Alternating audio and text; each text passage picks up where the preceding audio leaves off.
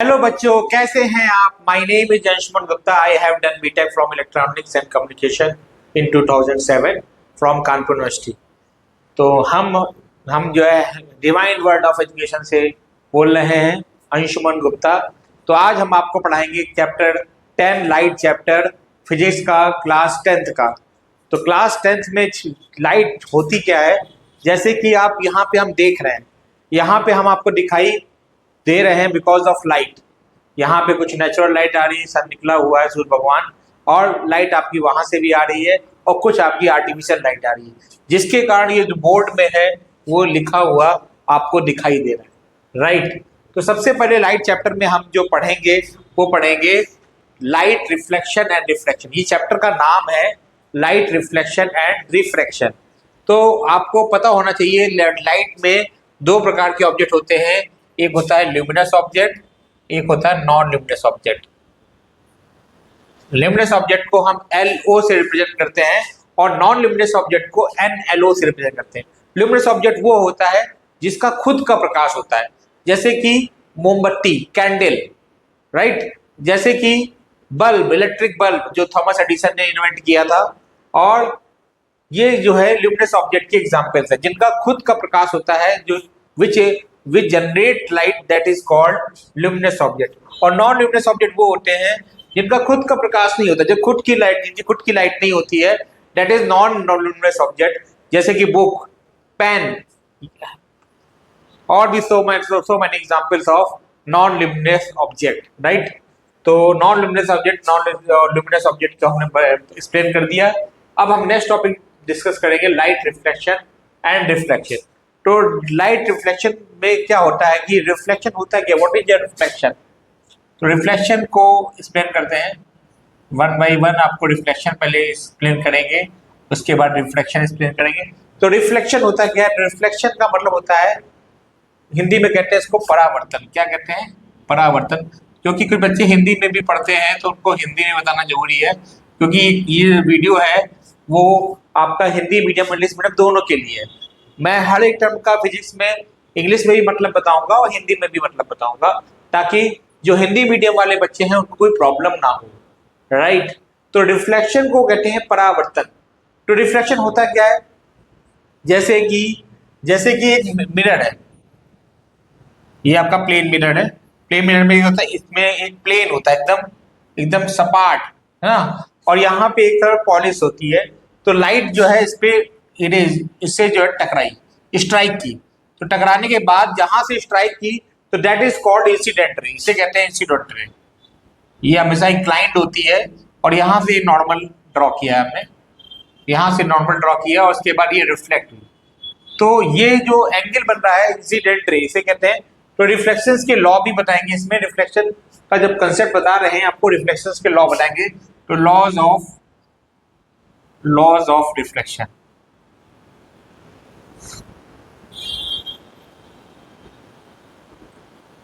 Law of reflection. तो first law है, तो इसमें क्या होता है कि incident ray and reflected ray, इसको शॉर्ट में लिखा है हमने R.R का मतलब रिफ्लेक्टेड रे, इंसिडेंट रे। यहाँ पे एरो बनाना मैंडेटरी है, ताकि पता चले कि रे कहाँ से कहाँ जा रही है। तो ये नॉर्मल है आपका, नॉर्मल नॉर्मल परपेंडिकुलर होता है, तो ये आपका इंसिडेंट रे है। तो ये पहला जो नियम है, पहला जो रूल है, इंसिडेंट एंगल, इसका नाम दे दिया हमने AO फॉर, जहां से ये टकराई है, इसको कहते हैं हम इंसिडेंट पॉइंट। क्या कहते हैं इसको, that is called incident point. Hindi में कहते हैं आपतन बिंदु, incident point. And this is reflected ray, incident ray and normal. तो यहाँ पे ये वाला angle, that will be equal to this angle. तो इसका इसका नाम अगर हम दे देंगे तो क्या होगा, angle AON equal to angle, इसका नाम दे दिया, यहाँ पे नेम दे दिया BON। तो ये एंगल आपस में इक्वल होंगे, इसको कहते हैं incident angle. That is angle is called incident angle. जो लोगों को लिखना है, नोट करना है, वो वीडियो पॉज करके इसका स्क्रीनशॉट ले सकते हैं। तो that is called incident angle, that is called reflected angle. Hindi में कहते हैं परावर्तन कोण, रिफ्लेक्टेड एंगल। तो ये फर्स्ट लॉ है। तो incident angle will be equal to reflected angle. ये आपका फर्स्ट लॉ है। सेकंड लॉ क्या होता है ये बताने जा रहे हैं। सेकंड लॉ जो है आपका क्या होता है कि इसमें दैट इज, ये आपकी इंसिडेंट रे है, ये नॉर्मल रे है, और ये आपका रिफ्लेक्टेड रे है, और दिस इज कॉल्ड प्लेन का इंसिडेंट पॉइंट। ये सारी की सारी लाइनें और पॉइंट एक ही प्लेन में लाई करते हैं, एक प्लेन में लाई करते हैं। जैसे कि आपका ये बोर्ड है, व्हाइट बोर्ड, इस व्हाइट बोर्ड में नीले ब्लू मार्कर और ब्लैक मार्कर से लिखा हुआ है, तो इसमें हर एक चीज जो है इस प्लेन में लाई कर रही है। कोई ऐसा नहीं परपेंडिकुलर ड्रॉ कर रहे हैं, इसमें पूरा पूरा एक प्लेन में लाई करता है, तो lie on a same plane. तो लिखते हैं इंसिडेंट रे, पूरा लिखना भी आवश्यक है क्योंकि आपको सब्जेक्टिव पेपर होता है, कोई ऑब्जेक्टिव पेपर तो होता नहीं हाई स्कूल का। क्यों भाई हाई स्कूल का पेपर आपका सब्जेक्टिव होता है, इसमें आपके ऑप्शनल क्वेश्चन भी आते हैं और इसमें ऑब्जेक्टिव क्वेश्चन भी आते हैं, और सब्जेक्ट लॉन्ग आंसर आते हैं, शॉर्ट आंसर आते हैं, वेरी शॉर्ट आंसर आते हैं। तो पेपर आपका 70 मार्क्स का होता है। आपको थोड़ा पेपर का भी आइडिया दे देते हैं। जो आपका हाई स्कूल का पेपर होता है 70 मार्क्स का पेपर होता है, जिसमें 25 मार्क्स का फिजिक्स आता है, 20 मार्क्स का केमिस्ट्री आता है, और 25 मार्क्स का बायोलॉजी आता है। तो ये आपका पूरा पेपर का पैटर्न होता है, और 30 नंबर का प्रैक्टिकल होता है। तो ये आपको पता होना चाहिए। जो इंसिडेंट रे, नॉर्मल रे,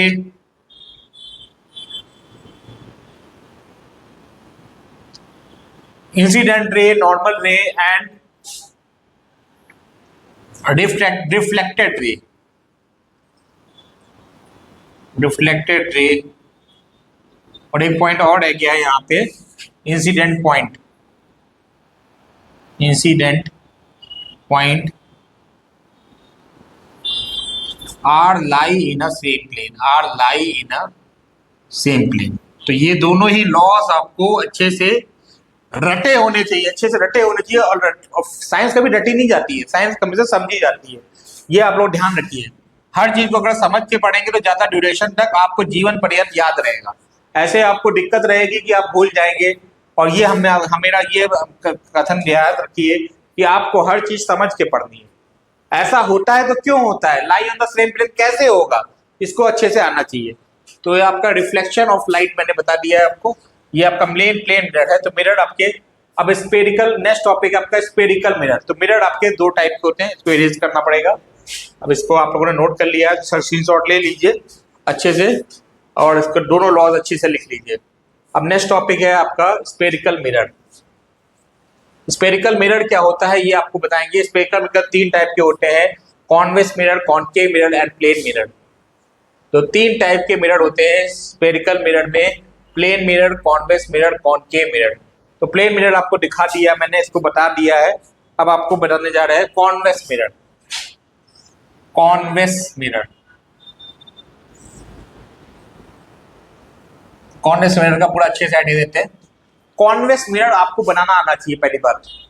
कॉन्वेक्स मिरर जो है, सबसे पहले ये जो है, ये बना हुआ है आपका, ये आपके साइड पॉलिश की गई है, ब्राउन कलर की होती है पॉलिश, और ये आपका उभरा हुआ होता है, जैसे गुफा बनती है ना, गुफा। तो ये मिरर है आपका दिखाई दे रहा। तो ये जो दिखाई दे रहा है आपको अंदर की, ये जो है उभरा हुआ है। ये कैसा है, उभरा हुआ है, और यहाँ पे पॉलिश्ड है। तो अब इसमें, अब ये जो मिरर है ये किसी भी सर्कल का, किसी भी गोले का कटा हुआ भाग है। तो इसमें एक सेंटर ऑफ कर्वेचर होगा, और एक सेंटर ऑफ कर्वेचर होगा, और एक होगा फोकस होगा, प्रिंसिपल एक्सेस होगी। अब वो कैसे बनाएंगे, कैसे समझेंगे, इसको अच्छे से हम देखते हैं। कैसे देखते हैं, कैसे समझते हैं, वो आपको देखते हैं, आगे पढ़ते हैं आगे। तो ये देखिए आपका कॉन्वेक्स मिरर हो गया। तो यहाँ पे लिख देते हैं, इसका नाम दे देते हैं, नामकरण संस्कार करते हैं इसका MM डैश। क्या नाम हो गया इसका, MM डैश। तो इसको जो है हम इसको पूरा से ड्रॉ कर देंगे, पूरा इसको डॉटेड लाइन बना दी, यहाँ से पूरा डॉटेड लाइन बनाएंगे यहाँ पे पूरा। थोड़ा ये वैसे हमने कंपास का इस्तेमाल नहीं कर रहे हैं तो थोड़ा गड़बड़ हो जाता है थोड़ा, लेकिन फिर भी हमने गोला बना दिया है। अब इसमें यहाँ पे ये आपका क्या है, this is a centre of curvature, this is a centre of curvature. तो इस जो कॉन्वेक्स मिरर है, इसका सेंटर ऑफ कर्वेचर यहाँ पे बनेगा, और यहाँ पे सेंटर ऑफ कर्वेचर को इससे मिला दिया, दैट इज होल। ठीक है। अब आपका इस गोले का काम खत्म हो गया, इसको इरेज कर दिया हमने। ये खाली सेंटर ऑफ कर्वेचर बनाने के लिए इस्तेमाल किया जाता है।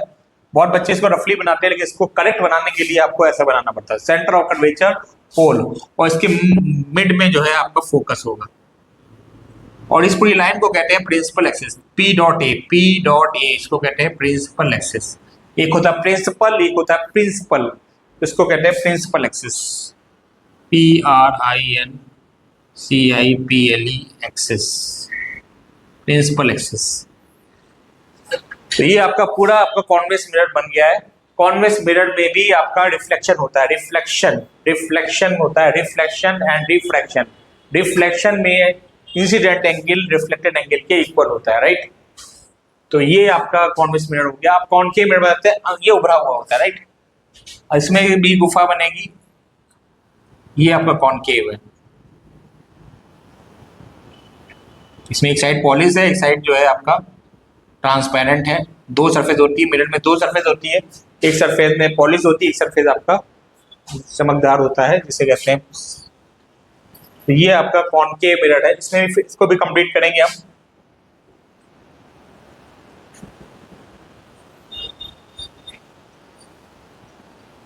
तो ये हो गया सेंटर ऑफ कर्वेचर, ये हो गया पोल। पोल को हिंदी में ध्रुव कहते हैं। हिंदी मीडियम वाले सोचेंगे पोल क्या है, पोल सर पोल क्या बता रहे हैं, पोल को हिंदी में ध्रुव कहते हैं। तो यहाँ पे ये हो गया फोकस। अब इसमें एक चीज आपको बता रहे हैं, सेंटर ऑफ कर्वेचर और फोकस में रिलेशन होता है। इसमें जो centre of curvature radius of curvature जो होती है वो फोकस फोकल लेंथ की डबल होती है। तो यहाँ पे अगर जो CP होगा, CP/2 जो होगा that is equal to PF। ये रिलेशन इसको याद होना चाहिए, इस पे बेस न्यूमेरिकल आते हैं, क्योंकि फिजिक्स में लाइट चैप्टर के न्यूमेरिकल्स बहुत आते हैं, एकदम गणित की तरह सवाल होते हैं। तो ये न्यूमेरिकल्स आपको आते हैं। CP/2 जो होता है, तो इसको फोकल लेंथ के F इक्वल टू R/2। ये फॉर्मूला आपको याद, रट्टा मार लीजिए इसको अच्छे से, इसको रट्टा मार लीजिए, F इक्वल टू R/2 समझ के पढ़िए, तो F इक्वल टू R/2। तो ठीक है, तो प्रिंसिपल एक्सिस हो गया, फोकल लेंथ हो गई। तो ये आपका ये दोनों कॉन्वेक्स कॉनकेव दोनों में ही फॉर्मूला अप्लाई होता है। तो ये आपका हमने कॉनकेव मिरर जो होता है, कॉनकेव मिरर अंदर की ओर धंसा होता है। जैसे सड़क नहीं, बारिश के समय जो है बहुत ज्यादा जब बारिश होती है तो सड़क में क्या होता है, बहुत सारे गड्ढे हो जाते हैं। तो वो गड्ढे जो होते हैं दैट इज कॉल्ड, एक प्रकार का अंदर की ओर धंस जाना, तो उसको उसी कहते हैं अंदर के धंस गया। तो ये आपका जो है कॉनकेव है। कॉनकेव जैसे स्पून आप देखते हैं, स्पून में देखिए दो प्रकार के होते हैं। स्पून में दो सरफेस होती है, एक सरफेस जिससे हम खाते हैं और एक सरफेस वो होता है जिसमें उभरा हुआ होता है। तो जो उभरा हुआ है वो आपका कॉनकेव है, और जो धंसा हुआ है अंदर वो आपका कॉनकेव है, और जो उभरा हुआ है वो आपका कॉन्वेक्स मिरर है, राइट। तो इस प्रकार से हमने आपको दोनों चीजें बता दी है। आपको यहाँ से अब आपको रिफ्लेक्शंस ऑफ लाइट का पूरा कंसेप्ट हो गया है। रिफ्लेक्शन ऑफ लाइट में इसी प्रकार इसमें भी दोनों ही नियम लगेंगे, ठीक है। अब आपको image formation of concave mirror बताते हैं।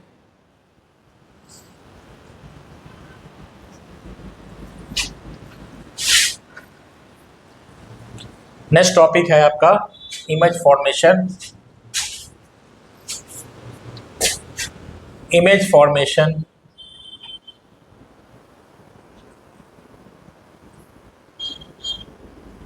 Formation by concave mirror. इसको बताने से पहले कुछ रूल बताने जा रहे हैं आपको, जो आपको अच्छे से आने चाहिए। First of all, rule number 1। Rule number 1 क्या है आपका रूल? कॉनकेव बना दिया, कॉनकेव अंदर की ओर धंसा होगा, पॉलिश्ड होगी दूसरी सरफेस पे। अब यहाँ पे हमने इसको ऐसे से पूरा यहाँ से पूरा कंप्लीट कर दिया, बाद में इसको इरेज कर देंगे। तो ये आपका सेंटर ऑफ कर्वेचर है, ये आपका पोल है, और ये फोकस है। तो पैरेलल प्रिंसिपल एक्सिस के पैरेलल जाने वाली रे, प्रिंसिपल एक्सिस के पैरेलल जाने वाली आफ्टर रिफ्लेक्शन फोकस से होके जाती है। देखिए इस चीज का ध्यान रखिए, यहाँ पे एरो बनाना मैंडेटरी है। अगर आप एरो नहीं बनाएंगे तो आपको समझ में नहीं आएगा कि रे कहाँ से कहाँ जा रही है। तो एरो बनाना मैंडेटरी है, ये ध्यान रखिए। यूपी बोर्ड के बच्चे, सीबीएसई बोर्ड के जैसे आईसीएसई बोर्ड के बच्चे ये मिस्टेक करते हैं कि एरो नहीं बनाते। उनको उनको उनको इमेज फॉर्मेशन बनाने को दे दिया गया, वो एरो बनाएंगे ही नहीं, कहेंगे इससे क्या फायदा। तो आपको एरो बनाना मैंडेटरी। देखिए हम हर डायग्राम में एरो बना रहे हैं और इस बात पे जोर देना है, इस बात पे कन्विंस कर रहे हैं कि इस पे एरो बनाना मैंडेटरी है। तो ये एरो गया, ये रूल नंबर 1 है कि जो प्रिंसिपल एक्सिस के पैरेलल जाने वाली रे आफ्टर रिफ्लेक्शन फोकस से होकर जाती है, और इसका जो नॉर्मल है वो आपका सेंटर ऑफ कर्वेचर से पास होता है। ये देखिए इसका जो नॉर्मल होता है वो सेंटर ऑफ कर्वेचर से पास होता है। और इसमें ये वाला एंगल ब्लैक मार्कर से बता देते हैं आपको थोड़ा। देखिए यहाँ पे ये वाला एंगल इस वाले एंगल के इक्वल होता है, जितना एंगल होगा उतना एंगल ये भी होगा। तो ये आपका सेंटर ऑफ कर्वेचर, ये आपका रूल 1 है। इसको जब हम इसके इमेज कैरेक्टरिस्टिक्स बताएंगे, आपकी इमेज फॉर्मेशन की जो इसकी इमेज की कैरेक्टरिस्टिक्स बताएंगे, इमेज की जो विशेषताएं बताएंगे, उसमें ये चीज यूज होगी, राइट। तो इमेज फॉर्मेशन बताते समय ये चीज का हम ध्यान रखेंगे कि आपको एरो बनाना मैंडेटरी है। और कॉन्वेक्स मिरर जो होता है इसका भी हम देखेंगे। पहले हम कॉनकेव मिरर का बता रहे हैं, क्योंकि कॉनकेव मिरर का ज्यादा आता है और ज्यादा इजी भी होता है। इजी वाला हम बता रहे हैं, डिफिकल्ट वाला बता सकते हैं, बताने की कोई हर्ज नहीं है, लेकिन वो आपके सिलेबस में नहीं है। इसलिए आपको यूपी मतलब कॉम्पिटिटिव एग्जाम में नीट और आईआईटी जेईई में तो है, लेकिन आपके सीबीएसई बोर्ड और आईसीएसई बोर्ड के सिलेबस में कॉन्वेक्स मिरर का है नहीं आपके, एक्चुअली में बात ये। ठीक है, तो ये आपका हो गया रूल नंबर 1। इसको इरेज कर लिए, इसको हमें भी इरेज करने से पहले आप इसका स्क्रीनशॉट ले लीजिए और इसको अच्छे से ड्रॉ भी करते जाइए, साथ ही साथ इसके नोट्स भी बनाते रहिए आप। ठीक है, रूल नंबर 2। तो ये आपका हो गया सेंटर ऑफ कर्वेचर। यहाँ पे वंस अगेन फोकल लेंथ जो है कॉनकेव रेडियस ऑफ कर्वेचर की हाफ होगी। इस पे बेस न्यूमेरिकल भी होते हैं, वो भी हम करेंगे। ठीक है, अभी रूल नंबर 2 ये है, फिर हमने कॉनकेव मिरर बनाया, कॉनकेव मिरर को फिर से कंप्लीट कर दिया, सर्कल पूरा कवर कर दिया। यहाँ पे फिर सेंटर ऑफ कर्वेचर हो गया, फोकस हो गया, पोल हो गया। फोकस से जाने वाली रे आफ्टर रिफ्लेक्शन पैरेलल हो जाएगी। रूल नंबर 2, फोकस से जाने वाली रे आफ्टर रिफ्लेक्शन पैरेलल हो गई। दिस इज अ रूल, इसको भी आप अच्छे से नोट कर लीजिए, पॉज करके वीडियो पॉज करके नोट कर लीजिए अच्छे से। तो ये फोकस से जाने वाली रे जो है आफ्टर रिफ्लेक्शन पैरेलल हो जाएगी। दिस इज कॉल्ड प्रिंसिपल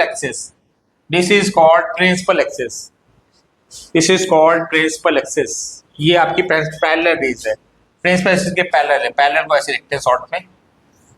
ठीक है, इसको भी आप नोट कर लीजिए अच्छे से। Formation by concave mirror, same rule number 2 यहाँ पे नोट कर देते हैं।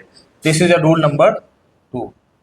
अब लास्ट रूल है आपका इसका, इसके बाद हम कैरेक्टरिस्टिक्स देखेंगे। रूल नंबर 3 इरेज कर देते हैं इसको।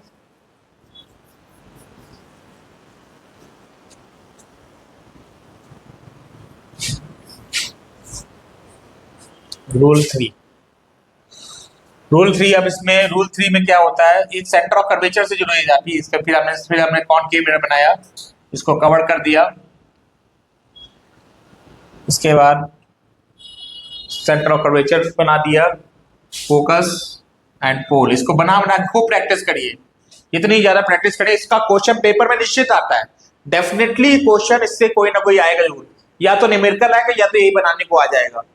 तो इस पर ये आप लोग हाई स्कूल बोर्ड का एग्जाम दे रहे हैं तो आपको ये क्वेश्चन निश्चित आने वाला है, ये आप सोच लीजिए, है ना। अगर इसमें नहीं आएगा तो अगर आप नीट और क्या बोलते हैं जेईई की प्रिपरेशन करेंगे, जेईई एडवांस और मेंस की, तो उसमें भी आ सकता है। आएगा तो नहीं कह सकते, लेकिन आएगा, इस तरह के क्वेश्चन आते हैं। ठीक है, तो यहाँ पे सेंटर ऑफ कर्वेचर, फिर आपको यहाँ पे सेंटर ऑफ कर्वेचर से जाने वाली रे आफ्टर रिफ्लेक्शन उसी मार्ग में बिना डेविएट किए वहीं से रिफ्लेक्ट हो जाती है। जैसे वहीं से गई, वहीं से बाउंस बैक मार देगी, बाउंस बैक। जैसे कि आपको ये है आपका मिरर, ये आपका प्लेन मिरर है। अगर कोई रे नॉर्मल ऐसे जाती है तो उसी मार्ग में रिटर्न हो जाती है। ये कंसेप्ट है, बेसिक कंसेप्ट ये है कि जहां से गई वहीं से reflect, that is called normal रे का रिफ्लेक्शन होता है ये। तो ये आपका इंसिडेंट ये देखिए ऐसा ये होता है, इसलिए इसमें बताया गया आपको सेंटर ऑफ कर्वेचर से जाने वाली रे प्लेन मिरर से स्ट्राइक करने के बाद आफ्टर रिफ्लेक्शन उसी मार्ग में भी रिटर्न हो जाएगी। That is called rule number 3। अब इमेज फॉर्मेशन बताने जा रहे हैं, इसको वीडियो पॉज करके आप देख लीजिएगा, इसका स्क्रीनशॉट ले लीजिएगा, ठीक है। Okay, image formation by concave mirror, image characteristics भी लिखेंगे। Image formation by image formation, इसके 6 केस है टोटल, 6 केस डिस्कस करेंगे। कॉन्वेकेव मिरर, कॉनकेव मिरर का देखेंगे। सबसे पहले case 1 object at infinity, object at infinity अनंत। अगर आपसे पूछा जाए आसमान में तारों की संख्या कितनी है, अगर आप चाहें, कोई व्यक्ति चाहे तो गिन सकता है, लेकिन आपको कहते हैं कानपुर नगर में कितने व्हीकल चल रहे हैं इस समय, अनफाइनाइट, तो इसको काउंट नहीं कर सकते आप, राइट। तो यहाँ पे ऑब्जेक्ट एट इंफिनिटी, ऑब्जेक्ट जब इंफिनिटी में होगा तो कैसे होगा,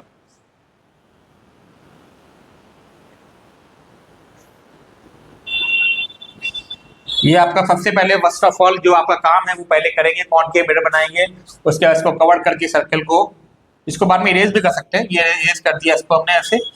कॉनकेव मिरर यहाँ पे ये सेंटर ऑफ कर्वेचर हो गया, ये फोकस हो गया, वही पोल। अब यहाँ पे जो जो चीजें बताएंगे वो अच्छे से ध्यान रखिएगा क्या क्या बना रहे हैं।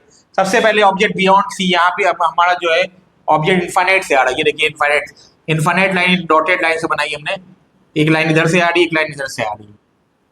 आफ्टर रिफ्लेक्शन फोकस, ये देखिए एरो बनाना मैंडेटरी है, ठीक है, इसको याद रखना है, एरो बनाना मैंडेटरी है, ठीक है। तो ये आपका बन गया। इसकी क्या विशेषता है, इसको ब्लू पेन से लिखते हैं।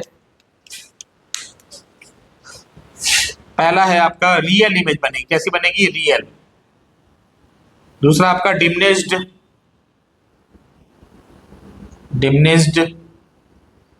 का मतलब very small. At focus, 3 words at focus पे बन रही है इमेज, इमेज कहां बन रही है, फोकस पे बन रही है। कैरेक्टरिस्टिक्स है, ये क्या है इसकी इमेज की कैरेक्टरिस्टिक्स, यानी विशेषताएं। कैरेक्टरिस्टिक्स को कहते हैं विशेषताएं, राइट। रियल, डिमिनिश्ड यहाँ फोकस से बन रही है, प्रिंसिपल एक्सिस पे है, या फिर this is called principal axis, PA. At focus, real, inverted, at point object बनती है, एट पॉइंट, एट फोकस बन गया, एट पॉइंट पे बनेगी।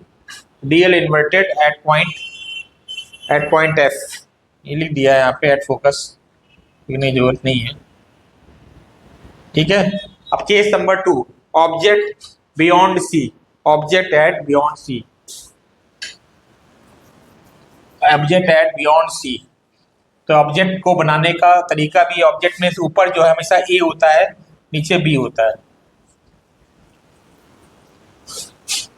तो यहाँ पे हमने पहले इस पे बनाया है इमेज, अंदर की ओर दसा हुआ कॉनकेव मिरर, कवर कर दिया इसको अच्छे से, इसको इरेज कर दिया ताकि सेंटर ऑफ कर्वेचर आपको पता चल गया। फोकस एट पोल, तो ऑब्जेक्ट हमारा कहाँ पे, बियॉन्ड सी, यहाँ पे बना दिया। अब देखिए यहाँ पे ध्यान देने वाली बात है कि जिस साइड एरो होता है वहां पे ए लिखा जाता है ऑलवेज। कुछ बच्चे यहाँ बी लिख देते हैं, गलत हो जाता है उसको, है ना। तो ए हमेशा, जहां एरो वहां पे ए लिखना है, और जहां बॉटम है वहां पे बी लिखना है। यहाँ पे ए, यहाँ पे बी, यहाँ पे बी नहीं लिखेंगे, अगर बी लिखेगा तो गलत हो जाएगा, राइट। तो ए और बी हमेशा बनेगा, ठीक है। अब देखिए फिर वही, this is called principal axis, थोड़ा ब्लैक मार्कर का इस्तेमाल करते हैं यहाँ पे। ये आपका प्रिंसिपल एक्सिस है, यहां से पहले रे गई रे यहां से, आफ्टर रिफ्लेक्शन फोकस से गई, देख रहे हैं आप, फोकस से गई। दूसरी रे सेंटर ऑफ कर्वेचर से जाएगी, ये देखिए थोड़ा डॉटेड कर देते हैं बड़ा, वो पोल है, पोल को ध्रुव कहते हैं हिंदी में। यहां पे ये गई सीधे इमेज, अब जहां इंटरसेक्ट किया वहां पे इमेज फॉर्मेशन हो गई, ये बन गया इमेज। अब जहां पे एरो वहां बनेगा ए डैश, क्या बनेगा, ए डैश। इमेज आपका छोटा बन रहा है, देख रहे हैं आप, ए डैश बी डैश। तो पहला है आपका पॉइंट, जहां पे रे आपकी पूरी पूरी मिल जाती है तो वहां हमेशा रियल इमेज बनती है, रियल इमेज। तो फर्स्ट आपका फर्स्ट इमेज कैरेक्टरिस्टिक्स इसकी क्या हो गई, image characteristics. First one is a real, inverted माने उल्टा, उल्टा इमेज बन रहा है आपका। दूसरा हो गया इन्वर्टेड, इन्वर्टेड, इन्वर्टेड माने उल्टा। नंबर 3 बिटवीन, बी बिटवीन को बी ऑब्लिक डब्ल्यू कहते हैं हम, between C and F, between C and F. देख रहे हैं आप सी और एफ के बीच में इमेज बन रहा है। और चौथा डिमनिस्ट, छोटा बन रहा है, ऑब्जेक्ट हमारा इतना बड़ा है, इमेज आपकी छोटी बन रही है, तो डिमनिस्ट, डिमनिस्ट, डिमनिस्ट तो वेरी स्मॉल होता है, लेकिन इसका ऑब्जेक्ट या लिख सकते हैं वेरी स्मॉल या स्मॉल कह सकते हैं। डिमनिस्ट ना लिख के यहाँ पे स्मॉल ले देते हैं, डिमनिस्ट वेरी स्मॉल हो जाएगा। ठीक है, तो ये आपका केस नंबर 2 हो गया। यहाँ पे केस 2 लिख देते हैं, object at, object beyond C, क्या हो जाएगा, ऑब्जेक्ट बियॉन्ड सी। ठीक है, तो आप इसका भी स्क्रीनशॉट ले लीजिए, हम हट जाते हैं, तो यहाँ पे इसका स्क्रीनशॉट ले लीजिए और ये वीडियो पॉज करके।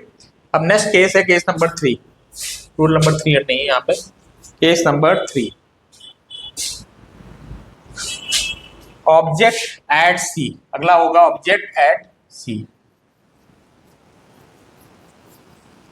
इसकी तैयारी अच्छे से करिए क्योंकि पेपर में निश्चित आना है, और हम बच्चों को पढ़ाते हैं स्कूल में भी, तो वहाँ बच्चों को जोर देते हैं इस बात पे कि ये अच्छे से प्रैक्टिस करिए, प्रैक्टिस से ही आपका परफेक्शन आएगा, अदरवाइज आप परफेक्ट नहीं होंगे। ऑब्जेक्ट एट सी, तो ऑब्जेक्ट यहाँ पे कैसे रखा जाएगा, फिर से आपका कॉन्वेक्स मिरर, अंदर की दशा, कॉनकेव मिरर, कवर कर दिया इसको पूरा, सेंटर कर्वेचर बना दिया, इसके बाद इसको इरेज कर दिया।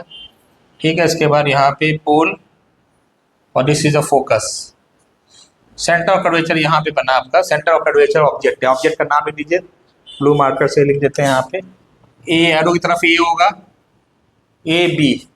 अब ये आपका ऑब्जेक्ट कैसे जाएगा, यहाँ से अपनी गई सीधे इमेज गई, फोकस से आई, एक हमारी इमेज फोकस से गई, टकरा के सीधे यहाँ पे आ गई, जहाँ दोनों मिला ये आपका इमेज बन गया। तो यहाँ पे इसकी इमेज की क्या प्रॉपर्टी होगी, जितना ये है वही इक्वल हो गया। अब देखिए यहाँ पे इसका नाम क्या होगा, इसका नाम ए डैश बी डैश होगा, ऑल्दो ये इक्वल है लेकिन ए डैश बी डैश ये आपका इमेज है, तो ये आपका ए बी आपका ऑब्जेक्ट है, ऑब्जेक्ट मतलब वस्तु, और ए डैश बी डैश इमेज है। ठीक है, तो ऑब्जेक्ट इमेज हो गया। तो यहाँ पे आपको देखना है, यहाँ पे बनाना है इसकी इमेज कैरेक्टरिस्टिक्स क्या होगी, इमेज कैरेक्टरिस्टिक्स देख के ही पता चल रहा है क्या क्या है, रियल है आपका, इन्वर्टेड है, पहला रियल, दूसरा इन्वर्टेड, उसके बाद थर्ड एट सी, उसके बाद एट सी, और उसके बाद equal size, equal size as object, equal size as object, as the size of object. ठीक है, तो ये केस भी, इसको भी आप पॉज करके इसका स्क्रीनशॉट ले लीजिए और बना लीजिएगा इसको। नेक्स्ट है आपका object, object between C and F, object placed, object placed, case number, ये केस कौन सा था, ये थर्ड केस था, यहाँ पर लिख लीजिएगा थर्ड केस, अब ये केस 4 है। Object, object between C and F, object between C and F, object between C and F, ये आपका इसका ऑब्जेक्ट जब रखा हो जाएगा तब इमेज क्या प्रॉपर्टी होगी, ये लिख लेते हैं, object between C and F. तो फिर से हमने कॉनकेव मिरर बनाया, इसको सर्कल कवर कर दिया हमने, सी हो गया ये, इसको इरेज कर दिया, हटा, इसको बनाना नहीं है आपको, सी हो गया ये आपका पोल, फोकस, और ऑब्जेक्ट हमारा सी एंड एफ यहाँ पर रखा हुआ है, इसका नाम दे देते हैं ब्लू मार्कर से ए और बी, राइट। तो यहाँ पे अब आपका ऑब्जेक्ट रखा हुआ है, पैरेलल रेज जाएगी प्रिंसिपल एक्सिस के, इससे स्ट्राइक करने के बाद रिफ्लेक्ट हो जाएगी रिफ्लेक्ट होने के बाद ये फोकस होके जाएगी और दूसरी सेंटर ऑफ कर्वेचर से जाएगी। अब ये आगे तो बढ़ेगी नहीं, ये पीछे जाएगी, इसको पीछे बढ़ा देंगे हम। तो इमेज कहाँ बन रही है, ये आपकी मैग्नीफाइड इमेज बन रहा है आपका। ये आपका इसका एरो तरफ बना देंगे ए डैश, तो ये हो गया B dash. Image characteristics, image characteristics. तो पहली इमेज कैरेक्टरिस्टिक्स क्या होगी, पहला होगा आपका इमेज कैरेक्टरिस्टिक्स, पहला है रियल क्योंकि ज्वाइन हो रही है, दूसरा इन्वर्टेड, इन्वर्टेड, तीसरा वेरी लार्ज, और लास्ट है आपका बियॉन्ड सी। कहाँ बन रही है इमेज हमारी, बियॉन्ड सी। ठीक है, वंस अगेन इसका स्क्रीनशॉट ले लीजिए वीडियो पॉज करके। नेक्स्ट है आपका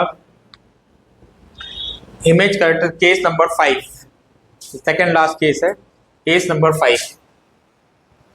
case number 5, object placed at object at F. Case 5, object at F. Focus पे ऑब्जेक्ट रखा होगा तो क्या बनेगा,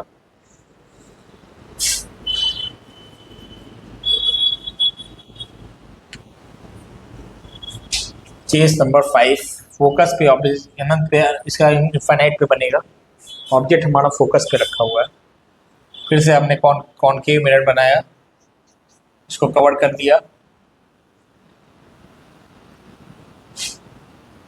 ये एफ हो गया, ये सी हो गया, ऑब्जेक्ट ये रखा हुआ है, यहाँ से गया इमेज हमारा ऐसा हो गया, दूसरा आपका सेंटर ऑफ कर्वेचर से गया नहीं, तो ये आपका ऐसे बन गया। तो देखिए इमेज कैसी बन रही है, इनफाइनाइट बन रही है, इनफाइनाइट पे बन रही है, देख रहे हैं आप आपकी इमेज। वेरी लार्ज कहाँ पे बनेगा, very large, inverted, inverted and inverted, very large and at infinity, infinity बनेगा, इन्फिनिटी इमेज कहाँ बनेगा, एट इन्फिनिटी बनेगा और रियल बनेगा। ये आपकी इमेज कैरेक्टरिस्टिक्स हो गई, इमेज कैरेक्टरिस्टिक्स आईसी 1 2 3 4, चार आपकी चारों गुण लिखने हैं इसके, जो इमेज के चारों प्रॉपर्टी लिखनी है। अब लास्ट है आपका image object placed eight F and P, object placed eight F and P, object placed, case number 6, object placed eight F and P. पूरे 6 केस में पहले खाली एक ही केस है जहां पे इमेज इरेक्ट बनती है, वो यही बनती है। ये आपको ध्यान रखना है, ये आपको दिस शुड बी रिमेंबर, ये आपको याद होना चाहिए कि इमेज इरेक्ट कब बनती है। इमेज कैरेक्टरिस्टिक्स हमने नहीं रेज किया, तो फिर से हमने वंस अगेन कॉनकेव मिरर बनाया, इसको कवर कर दिया,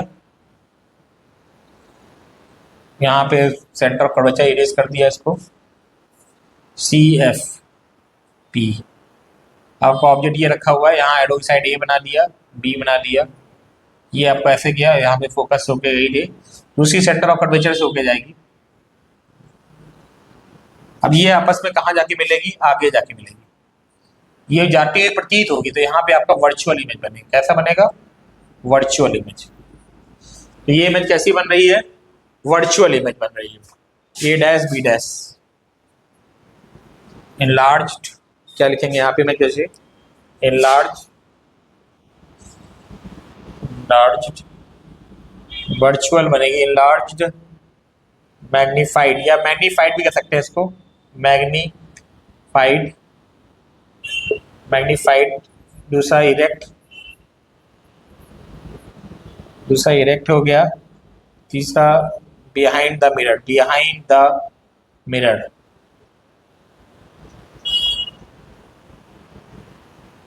और इरेक्ट, इरेक्ट लिख दिया, मैग्नीफाइड हो गया, और बिहाइंड द मिरर हो गया, इरेक्ट हो गया, और बिहाइंड द मिरर हो गया। एक कोई केस बच रहा है, इरेक्ट, इरेक्ट हो गया, मैग्नीफाइड हो गया, बिहाइंड द मिरर हो गया,